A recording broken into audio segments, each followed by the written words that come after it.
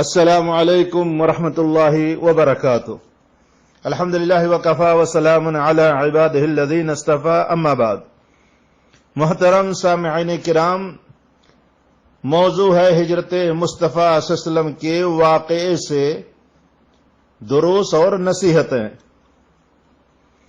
اللہ رب العالمین نے اپنے نبی جناب محمد رسول اللہ صلی اللہ علیہ وسلم کو رسولوں کے گزر جانے کے ایک مدت بعد مبعوث فرمایا، جبکہ روئے زمین پر بت پرستی کا رواج تھا، جس میں سب سے بہترین سرزمین مکہ بھی شامل تھا۔ چنانچہ آپ صلی اللہ علیہ وسلم نے اپنے قریبی رشتہ داروں کو اسلام کی دعوت دی۔ بہت سارے لوگوں نے آپ کی دعوت کو قبول کر لیا اور اکثر لوگوں نے ٹھکرا دیا۔ چنانچہ انہوں نے نبی کریم صلی اللہ علیہ وسلم کو اپنی دعوت سے روکنے کے لیے مال کا، شادی کا اور اسی طریقے سے بادشاہت کا اور حکومت کا ڈیمانڈ کیا، پیشکش کی، اور آپ کو اختیار دیا کہ آپ اپنی دعوت سے باز آ جائیں، مال چاہیے مال لے لیں۔ کسی قریش کی سب سے حسین وہ جمیل عورت سے شادی کرنا چاہیں تو شادی بھی ہو جائے گی اور ہم آپ کو بادشاہ بھی بنا لیں گے۔ اسی طرح سے یہ بھی اختیار دیا کہ آپ ان کے معبودوں کی 1 سال عبادت کریں اور 1 سال ہم آپ کے معبودوں کی عبادت کریں گے۔ اسی طریقے سے صحابہ کرام کو اور جب دیکھا کہ نبی کریم صلی اللہ علیہ وسلم نے ان ساری پیشکش کو ٹھکرا دیا تو وہ صحابہ کرام کو ستانا اور سزا دینا شروع کر دیے، تاکہ مجبور ہو کر کے یہ اسلام کو چھوڑ کر کے شرک کی طرف لوٹ جائیں۔ چنانچہ نبی کریم صلی اللہ علیہ وسلم نے جب دیکھا کہ صحابہ کرام سخت آزمائش کے شکار ہیں تو آپ نے انہیں ملک حبشہ کی طرف ہجرت کرنے کی اجازت دے دی۔ چنانچہ صحابہ کرام نے حبشہ کی طرف 2 مرتبہ ہجرت کی، اور اسی طریقے سے اس کے بعد صحابہ کرام نے مدینے کی طرف ہجرت کی۔ پھر آپ صلی اللہ علیہ وسلم خود بھی ہجرت کر کے ان صحابہ کرام سے جا ملے، تاکہ اسلام کی نشر و اشاعت اور امن و سکون کے ساتھ اللہ کی عبادت کا مشن کامیاب ہو سکے، تاکہ اسلام کی نشر و اشاعت ہو اور امن و سکون کے ساتھ اللہ کی عبادت اور بندگی کا مشن بھی کامیاب ہو سکے۔ آئیے میرے بھائیو، ہجرت نبوی، ہجرت مصطفیٰ صلی اللہ علیہ وسلم میں ہم غور و فکر کرتے ہیں، اس کے اندر بے شمار فوائد ہیں۔ انہی فوائد میں سے چند دروس اور فوائد پیش خدمت ہیں۔ اللہ کی راہ میں مال، وطن اور رشتہ داروں کی قربانی۔ پہلا فائدہ یہ ہے کہ اللہ کی راہ میں مال، وطن اور رشتہ داری کی قربانی پیش کرنی چاہیے۔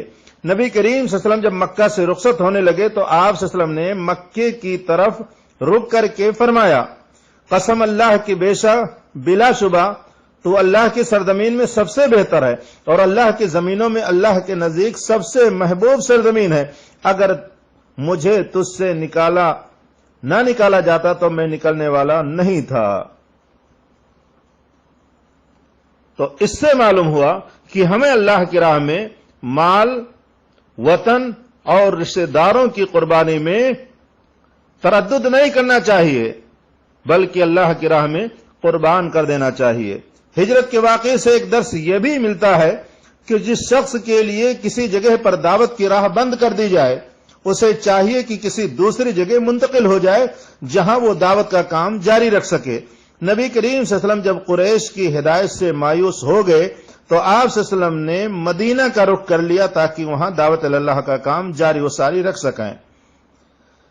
ہجرت مصطفیٰ صلی اللہ علیہ وسلم سے ہمیں یہ بھی سبق ملتا ہے کہ دعوت کی نشر و اشاعت کی راہ میں صبر و استقامت پر قائم رہنا واجب اور ضروری ہے۔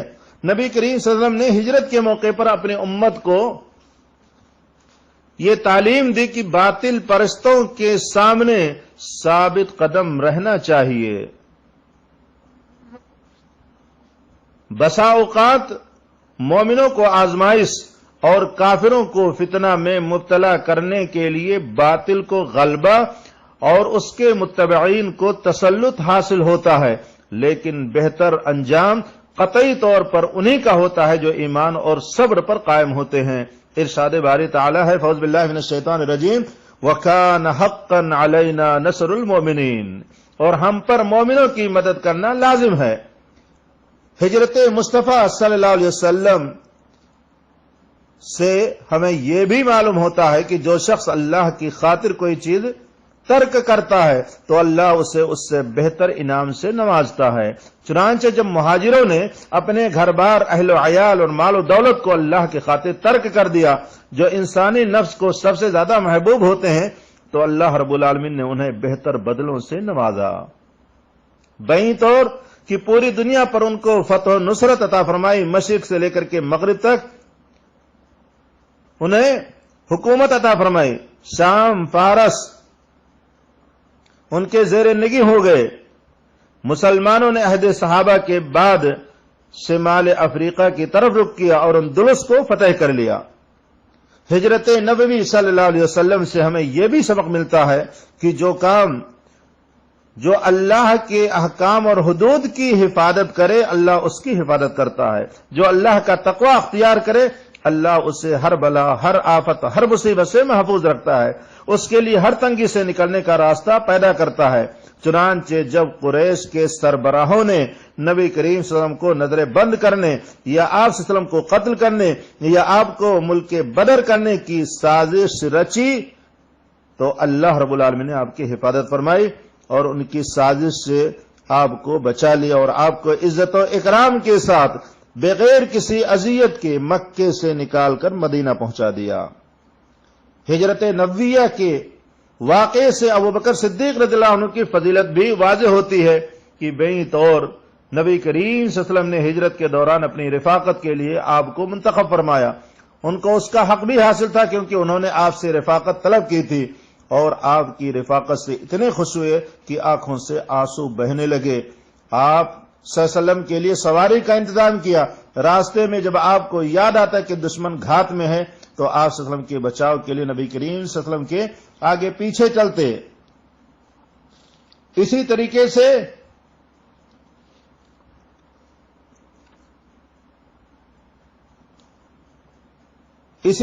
سے ہجرت مصطفیٰ صلی اللہ علیہ وسلم سے ہمیں یہ بھی سبق ملتا ہے اور ہجرت نبوی سے ان تمام ملحدوں کی تردید ہوتی ہے جو یہ دعویٰ کرتے ہیں کہ نبی کریم صلی اللہ علیہ وسلم شہوت، مال و دولت اور حکومت و اقتدار کی چاہت رکھتے تھے، کیونکہ آپ صلی اللہ علیہ وسلم مال و دولت، سیاسی اور اقتصادی جاہ و منصب کی پیشکش کی گئی، لیکن آپ صلی اللہ علیہ وسلم نے سب کو ٹھکرا دیا۔ اب یہ ملحد اور فاسقوں کی سے تردید ہوتی ہے جو یہ دعویٰ کرتے ہیں کہ نبی کریم صلی اللہ علیہ وسلم اسی کے خواہاں تھے، تو نبی کریم صلی اللہ علیہ وسلم کو ہر چیز کی پیشکش کی گئی لیکن آپ صلی اللہ علیہ وسلم نے سیاست، حکومت، مال دولت ہر چیز کو ٹھکرا دیا۔ اگر آپ ان چیزوں کے خواہش مند ہوتے تو آپ یہ پیشکش ضرور قبول کرتے اور اپنی جگہ پر بادشاہ بنے رہتے۔ مکے سے مدینہ کی طرف ہجرت کرنے کی مشقتیں نہ برداشت کر کے اپنی جان کو جوخم میں نہ ڈالتے، گھر بار، ملک، وطن اور اہل و عیال کو نہ چھوڑتے، لیکن حقیقت یہ ہے کہ آپ کو صرف اور صرف توحید کی اور لوگوں کو کفر کی تاریکیوں سے نکال کر اسلام کی روشنی میں لانے کی فکر تھی۔ ہجرت مصطفیٰ صلی اللہ علیہ وسلم سے ایک عظیم ترین درس یہ بھی حاصل ہوتا ہے کہ کافر ملک سے اسلامی ملک کی طرف ہجرت کرنا مشروع اور جائز ہے، جہاں مسلمان اپنی دینی شعائر کا قیام اور مظاہرہ کر سکے۔ جو شخص کسی جگہ پر دینی شعائر کو قائم کرنے سے قاصر ہو، اس پر شرعاً یہ واجب ہے کہ ایسی جگہ ہجرت کرے جہاں وہ اپنے دین کو قائم کر سکے، ورنہ وہ ترک ہجرت پر گنہگار ہوگا۔ ہجرت نبوی سے ایک درس یہ بھی ہمیں ملتا ہے، ایک درس یہ بھی حاصل ہوتا ہے کہ اس میں دو نشانیاں وارد ہوئیں جو آپ صلی اللہ علیہ وسلم کی نبوت اور رسالت پر دلالت کرتی ہیں۔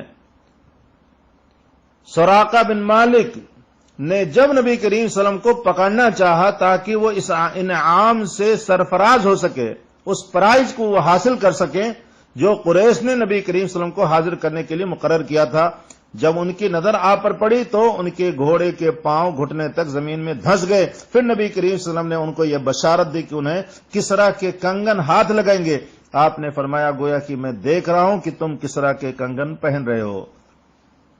اور ایسا عمر بن خطاب رضی اللہ عنہ کے زمانے میں واقع بھی ہوا. ہجرت سے ہمیں یہ بھی سبق ملتا ہے کہ دعوت اللہ کے لیے ہمیں ہر موقع سے فائدہ اٹھانا چاہیے. اللہ رب العالمین سے دعا ہے کہ پروردگار ہمیں ان باتوں پر عمل کرنے کی توفیق نصیب فرمائے. وآخر دعوانا ان الحمد للہ رب العالمین. سبحانک اللہم و بحمدک اشہد ان لا الہ الا انت استغفرک و اتوب الیک.